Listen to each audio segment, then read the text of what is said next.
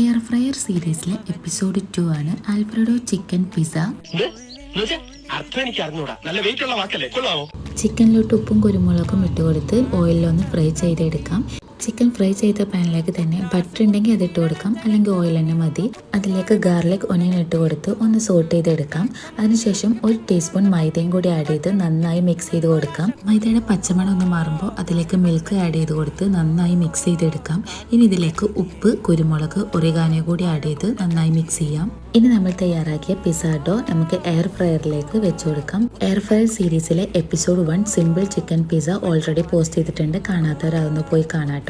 ഇനി നമ്മൾ തയ്യാറാക്കിയ വൈറ്റ് സോസ് പിസ്സ ഡോയിലേക്ക് ഇട്ട് കൊടുത്തിട്ടുണ്ട്. അതിൻ്റെ കൂടെ തന്നെ ചീസ്, ക്യാപ്സിക്കം, ചിക്കൻ കൂടി ഇട്ട് കൊടുത്ത് നമുക്ക് എയർ ഫ്രൈയിലേക്ക് വെക്കാം. 200 ഡിഗ്രിയിൽ 10 മിനിറ്റ്സ് ആണ് ഞാനിവിടെ ബേക്ക് ചെയ്യാൻ എടുത്ത സമയം. സംഭവം എന്തായാലും സെറ്റ് ആയിട്ടുണ്ട്. അപ്പോൾ എല്ലാവരും ട്രൈ ചെയ്ത് ഫീഡ്ബാക്ക് അറിയിക്കുക. അപ്പോൾ ഇന്നൊക്കെ ഇത്രയുള്ളൂ. അപ്പോൾ ഓക്കെ, ബൈ.